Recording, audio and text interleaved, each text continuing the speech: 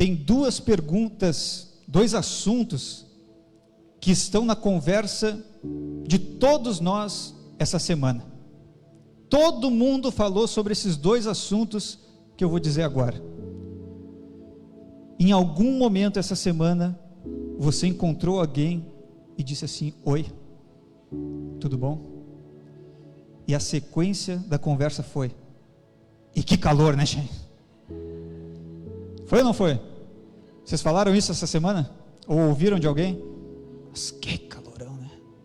Todo mundo falou isso essa semana, né? Os últimos dias aí. E aí a próxima diz assim, ó: mas diz que vai chover, né? Eu vi na previsão. É o assunto do momento é esse. Outro assunto do momento é quando a gente cai na real que a gente já está em dezembro. É ou não é? Meu Deus do céu. Esse é outro assunto que todo mundo falou. E disse assim, ó: mas passou voando esse ano, né? Isso acho que desde o ano 1 depois de Cristo o assunto é esse. Mas esse ano 2 depois de Cristo passou voando, né, gente? E até hoje, em 2025, o assunto é esse. E nessa época do ano, quando chega o dezembro, a gente começa a analisar como é que foi o ano que passou. A gente faz um retrospecto, lembra de algumas coisas boas que aconteceram, as coisas que marcaram, né? Alguns tiveram um ano mais positivo, outros nem tanto. Mas olha só, você chegou até aqui e está vencendo mais um ciclo e mais uma etapa da sua vida. Parabéns para você aí. Uns disseram obrigado, outros não, mas eu vou elogiar vocês mesmo assim.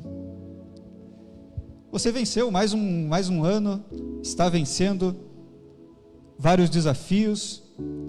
A sua família está unida, porque em algum momento de dificuldade durante esse ano,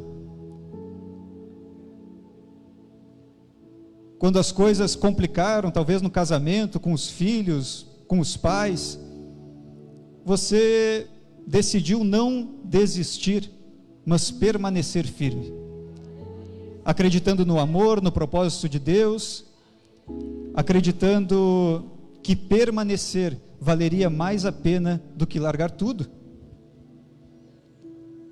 Permanecer vale a pena. Continuar, não desistir daquilo que Deus colocou nas nossas mãos é responsabilidade nossa. No seu trabalho, você continua tendo o seu sustento, porque nos dias de dificuldade, que as coisas apertaram, você decidiu continuar caminhando e não desistir. E ao mesmo tempo que a gente faz esse retrospecto do passado, a gente começa a projetar o futuro, né? Tem algumas coisas que a gente não conseguiu cumprir durante 2025 e talvez vai ficar para o ano que vem, e a gente já começa a pensar quais serão os planos, se vai querer fazer uma viagem, se vai comprar um fogão novo. A esposa já está mostrando para o marido assim, ó: mas olha só esse fogão que eu vi aqui na Shopee. Como quem não quer nada, ela mostra aquelas coisas, né? Ela não diz que quer um fogão, ela só mostra e diz assim: mas que bonito esse fogão, né? E aí o homem, depois de 6 meses, diz assim: mas eu não sabia que tu queria um fogão. Mas eu te mostrei, criatura. Mas por que tu não pediu então? Era só dizer: eu quero um fogão. Não, fica mostrando essa tela aí.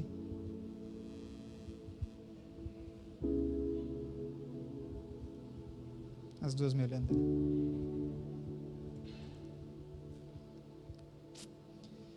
Nós só chegamos até o dezembro de 2025 porque nós decidimos continuar caminhando. Mas em 2026 nós só vamos chegar onde Deus quer se nós nos livrarmos de pesos em excesso que dificultam a nossa caminhada. Talvez em 2025 você adquiriu para você alguns pesos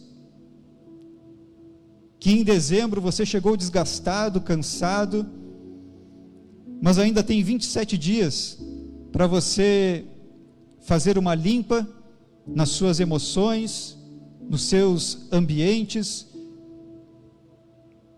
se livrar de algumas coisas para começar um 2026 leve e disposto a ir avante e sem parar.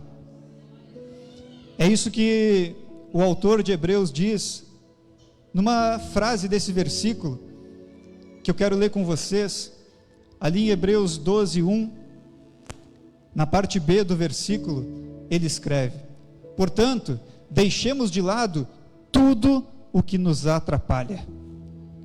Deixemos de lado tudo o que nos atrapalha. Tem gente cansada da caminhada, mas não está cansado por causa da corrida, mas por causa dos pesos que assumiu e trouxe para si.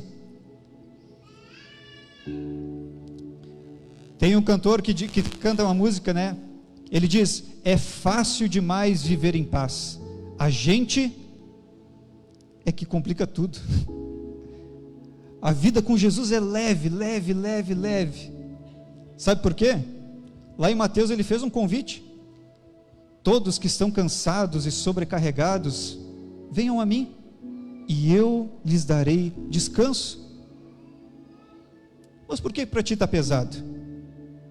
Foi Jesus que colocou um peso sobre você? Ou foi você que assumiu pesos que não deveriam estar nas suas costas? Talvez 2025 se tornou pesado, porque ao invés de entregar, você decidiu tomar para si coisas que não eram para você. O convite de Jesus, ele troca o nosso jugo por algo leve, transformador, que faz a nossa caminhada ser abençoada. Tanto que o autor de Hebreus, possivelmente Paulo, está falando sobre isso: deixemos de lado tudo o que nos atrapalha e o pecado que se agarra firmemente em nós, e continuemos a correr, sem desanimar, a corrida marcada para nós. Um corredor, ele usa as roupas mais leves possíveis, é ou não é, Murilo? Murilo é nosso corredor aqui da igreja. Quem mais está praticando algum esporte aí? Não? O Elton aqui, ó. O resto tudo sedentário. Não, está aqui na academia também, né? Faz uma dança também, né? O esporte preferido do crente: levantamento de garfo. E quem riu, riu de si mesmo. Eu também não sou exemplo de estou meio sedentário também, mas eu carrego um pezinho de 10 quilos quase diariamente. Um corredor, né, Murilo? Não sai com uma mochila nas costas, é ou não é? Não sai com uma coisa pesada na cabeça. Sai, se possível, só a roupa do corpo e um tênis bem levezinho, é ou não é? Porque a corrida se torna mais efetiva sendo leve. E a nossa vida cristã, nossa casa, nós devemos nos livrar de tudo aquilo que nos atrapalha. O próximo versículo, Simone, por favor. Conservemos os nossos olhos fixos em Jesus, porque não dá para a gente correr olhando para trás. Se a gente ficar preso no passado, se a gente ficar se agarrando em feridas, em mágoas, em ressentimentos, olhando para trás, nós estamos gastando a energia se lembrando das coisas do passado, enquanto deveríamos estar colocando essa energia em avançar no nosso futuro. Eu não estou diminuindo os seus traumas, as lutas que você passou, mas à medida que os dias passam, as dores vão se tornando cicatrizes, que até fica uma marca na nossa história, mas elas já não podem doer mais como doeram no dia mau. Nós temos que correr, viver olhando para frente. Você concorda com isso? Tem um exemplo na Bíblia sobre isso. A Arca de Noé. A Arca de Noé, ela tinha um propósito. Era uma grande obra. Talvez a maior embarcação feita no mundo até aqueles dias. Era enorme, gigante, poderosa. Noé começou a construir. As pessoas debochavam dele, mas ele estava firme, não olhando para o que as pessoas falavam, mas para aquilo que Deus estava falando no coração dele. O dilúvio veio, encheu a terra. Durante 1 ano ficaram navegando, as águas baixaram.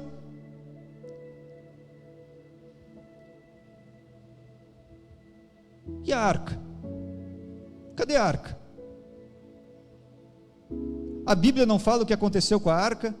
Tem gente escavando a terra até hoje para ver se acha onde é que está a tal da arca.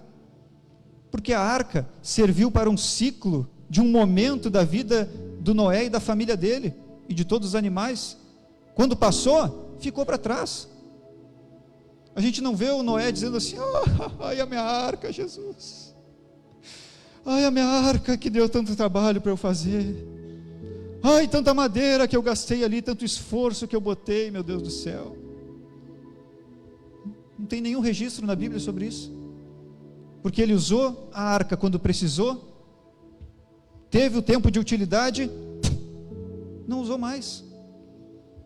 E às vezes a gente está apegado nas glórias do passado, nas coisas que aconteceram, comparando o nosso passado com o nosso presente. E a gente fica nessa daí, vivendo lá em sei que ano da vida, enquanto um novo ano está chegando. E se você continuar olhando para trás, enquanto as suas lembranças do passado forem maiores que as expectativas do futuro, dificilmente você vai conseguir avançar. Nós devemos ter gratidão por aquilo que nós vivemos até aqui, mas expectativas e disposição para ir avante e sem parar. Amém?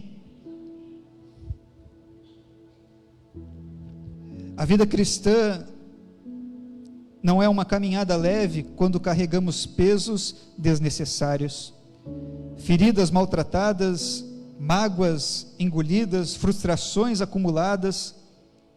Todos esses podem ter sido pesos que você mesmo trouxe para você. Você tem 27 dias para pedir perdão para alguém que você magoou, machucou. Porque quando alguém tem que nos pedir perdão, aí é diferente, né? É um fulano que tem que vir me falar. Mas quando tem que partir de nós é uma dificuldade. Não senti no coração ainda. Acho que não é o momento. Sai fora. Não entre 2026 com mágoas de 2025. Às vezes você teve que matar tanta coisa no peito e não falou o que gostaria. E talvez se você não falar, você vai ficar olhando para trás. Em 2026, você vai continuar preso em 2025. Tem gente presa lá em 1980. Brigado com o irmão. Porque lá em 1980, ele me empurrou sem ver, e a gente não se olhou mais. E quando ele entra na igreja para um lado, eu vou para o outro. Quando ele vai na ciclovia, eu venho na Vila Rocha.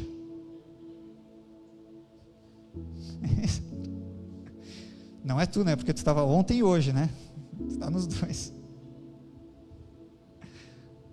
Ei, até quando essas coisas?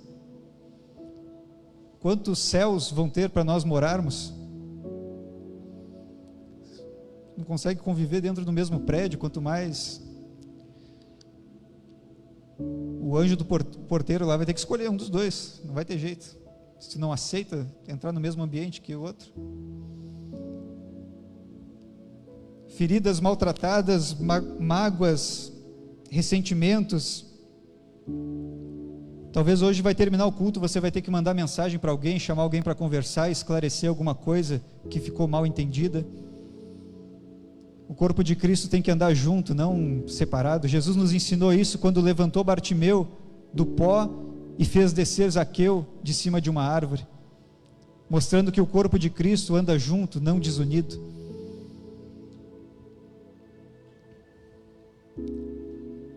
viver olhando para trás drena a energia que deveria estar sendo colocada para avançar. A gente não quer resolver as coisas e vai colocando pedras em assuntos, né? Não quero falar, vou botar uma pedra nisso. E aí tu foi colocando pedra em cima de pedra, e tu está construindo uma muralha que tu olha para essa muralha e diz assim: agora ficou difícil de desmanchar isso aí. Que preguiça. E essas pedras você está carregando no seu coração, nas suas costas, enquanto Jesus te chamou para viver uma caminhada leve, e nos instruiu através da sua palavra, a nós nos livrarmos de tudo que nos atrapalha. Para você correr mais rápido, vai ter que se livrar desse peso que você está carregando no seu coração. Temos 27 dias ainda em 2025, para resolver esse tanto de pendenga que a gente fez nesses últimos 300 e poucos dias desse ano. Conselho, se você quiser seguir, faça. Se quiser continuar com essa mochila, essa muralha que você carrega nas costas, vai com tudo.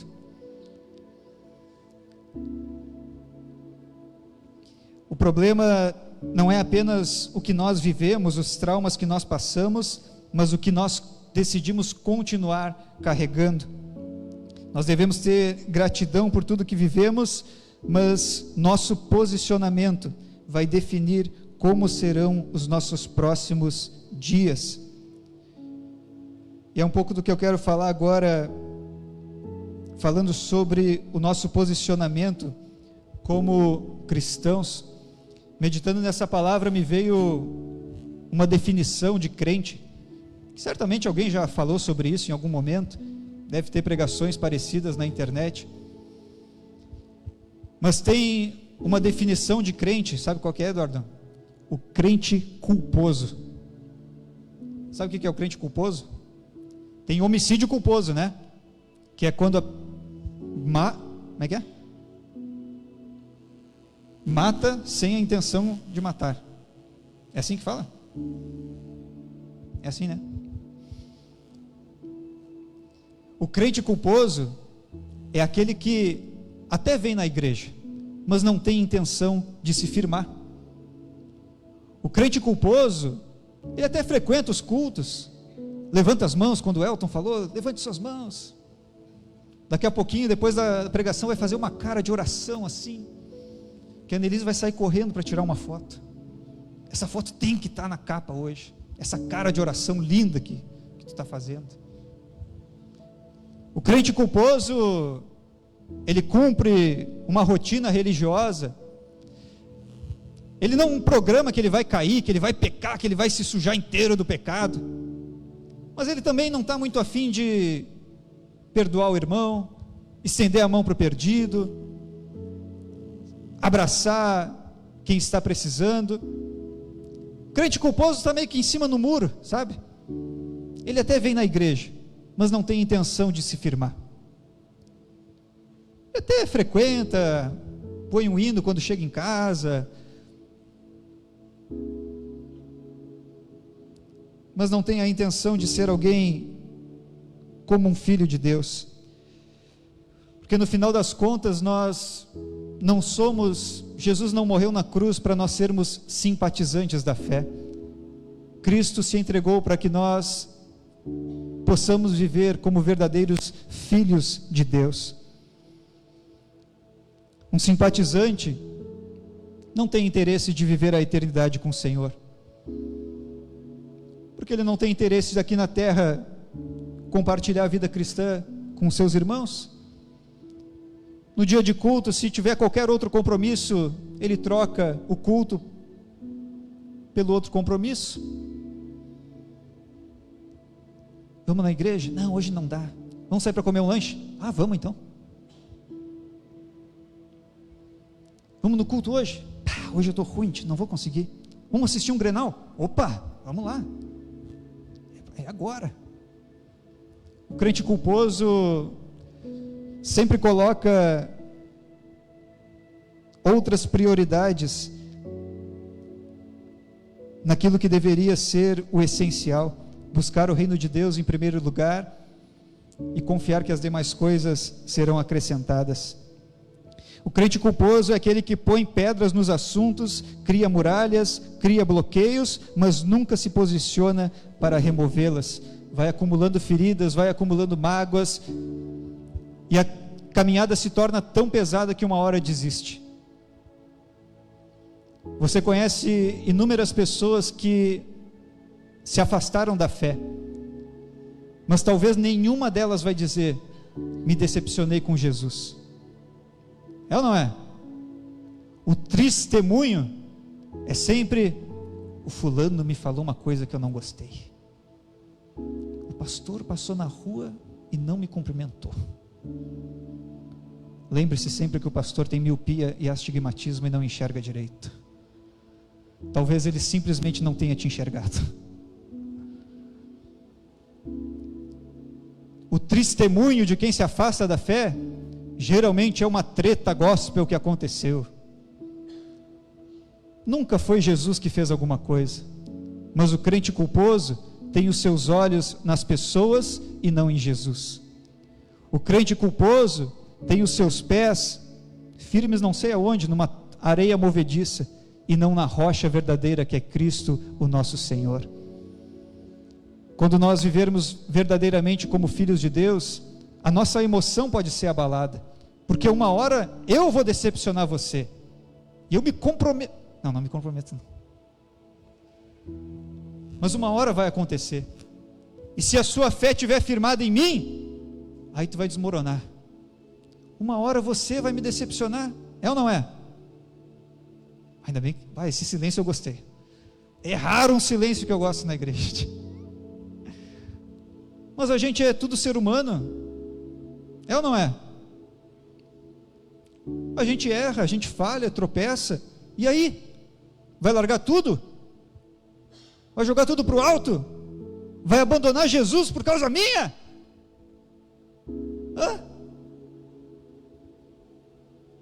Se eu fosse abandonar, saia. Esses últimos meses, por isso que os nossos olhos estão em Jesus, os nossos pés têm que estar na rocha. Não dá para viver baseado, a nossa emoção pode ser abalada, mas a nossa fé jamais.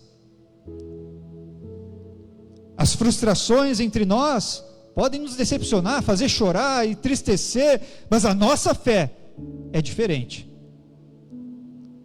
Nós temos que continuar firmes, com uma fé inabalável, não olhando para trás, mas para frente, para o alto, sabendo que é de lá que vem o nosso socorro.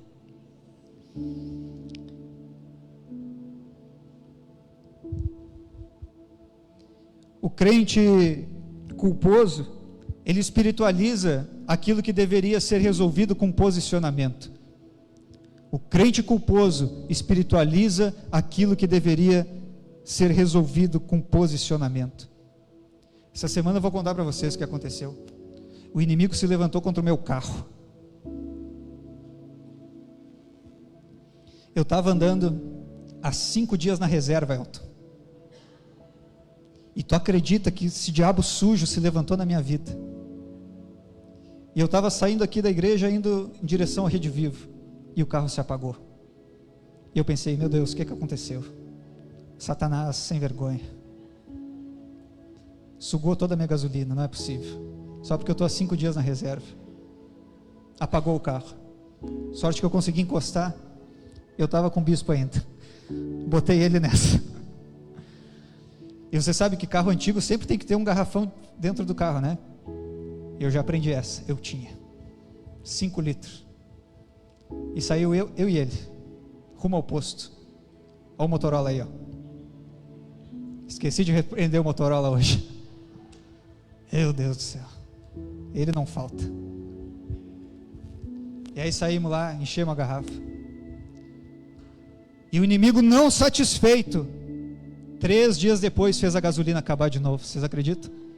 Só porque eu não fui abastecer, e fiquei com 4 ou 5 litros no tanque. Que diabo sujo, né? O crente culposo espiritualiza aquilo que deveria ser resolvido com posicionamento. Não é um anjo que vai descer na sua casa, abrir sua Bíblia, botar tua cabeça lá dentro e dizer: lê, criatura! Não, é tu que tem que tirar o pó acumulado, folhar e dizer assim: meu Deus, fala comigo.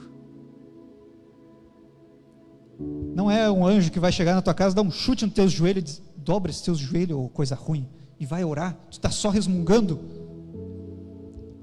O crente culposo espiritualiza aquilo que deveria ser resolvido com posicionamento.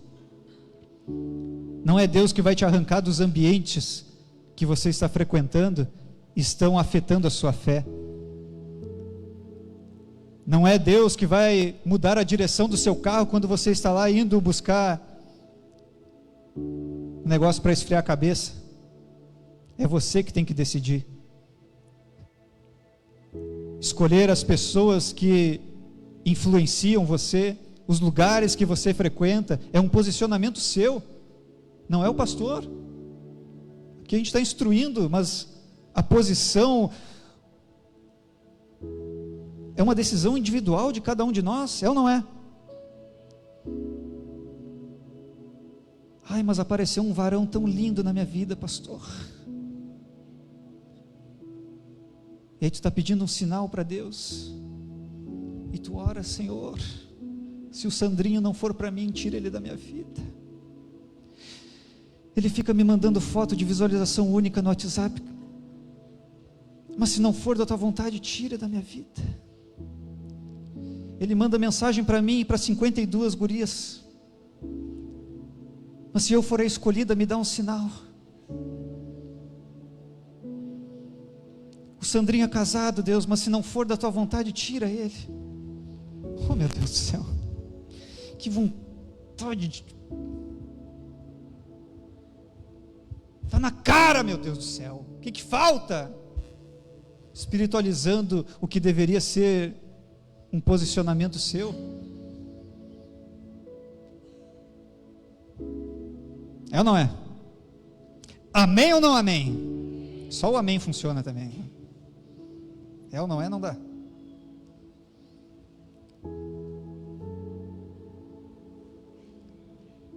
Para você tirar alguns pesos que você acumulou em 2025, talvez você não precise de um milagre, você precise de um posicionamento, de uma atitude que vai aliviar a sua caminhada para o próximo ano que está chegando.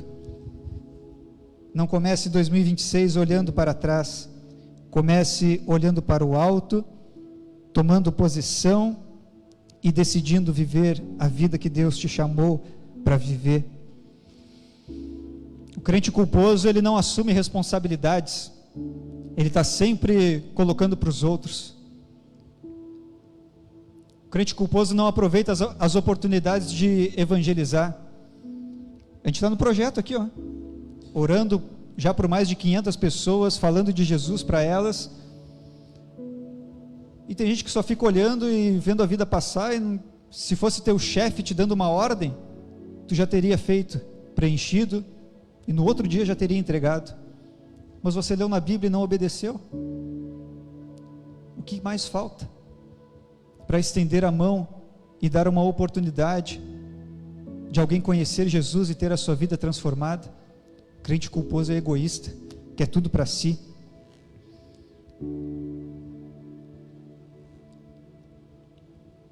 Diariamente nós temos a oportunidade de falar de Jesus. Quando tu chega no salão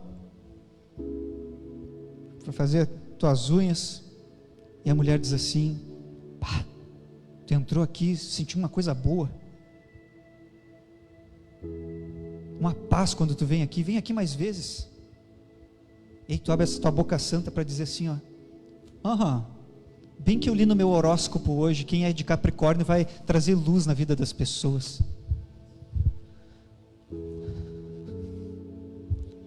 Oh, meu Deus do céu, era a hora, a chance que Deus abriu para te dizer assim: cara, eu fui no culto ontem, recebi uma palavra, ontem eu estava lendo a Bíblia, e tem um versículo que fala sobre isso, que Jesus é a luz do mundo, e Ele habita dentro do meu coração, e é isso que tu precisa na tua vida também. Mas tu está nesse misticismo da vida, não dá para ser duas coisas. Sou cristã de Capricórnio. Ai, meu Deus do céu. Cristã com ascendente em Áries. Ô, Jeová. Que fé que é essa, meu Deus do céu? Até abrir o negócio aqui. É tempo de nós nos posicionarmos para tirarmos pesos que nós mesmos colocamos sobre nós, tomar um posicionamento e não espiritualizar aquilo que deve ser uma decisão e uma atitude nossa. E ter posicionamento é difícil. Apontar para o outro e dizer que a culpa foi do outro é muito mais fácil. E é bem bom, né? Dizer que eu não consegui porque o outro me prejudicou, porque o outro fez, aconteceu. Mas é tempo de nós nos posicionarmos, pararmos de olhar para trás e ir avante e sem parar. Vamos aplaudir a Jesus por essa palavra.